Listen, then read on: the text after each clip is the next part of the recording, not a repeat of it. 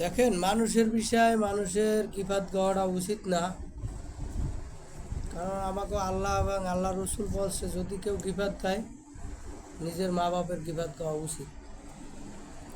তারপরও অনেক দিন, দীর্ঘদিন ধরে তো এই মিডিয়ার একটা নিয়ে পড়ে রয়েছে, মামুন লায়লা, মামুন লায়লা, মামুন লায়লা।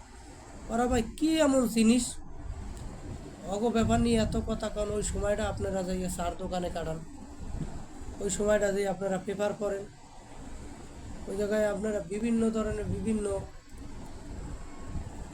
করেন।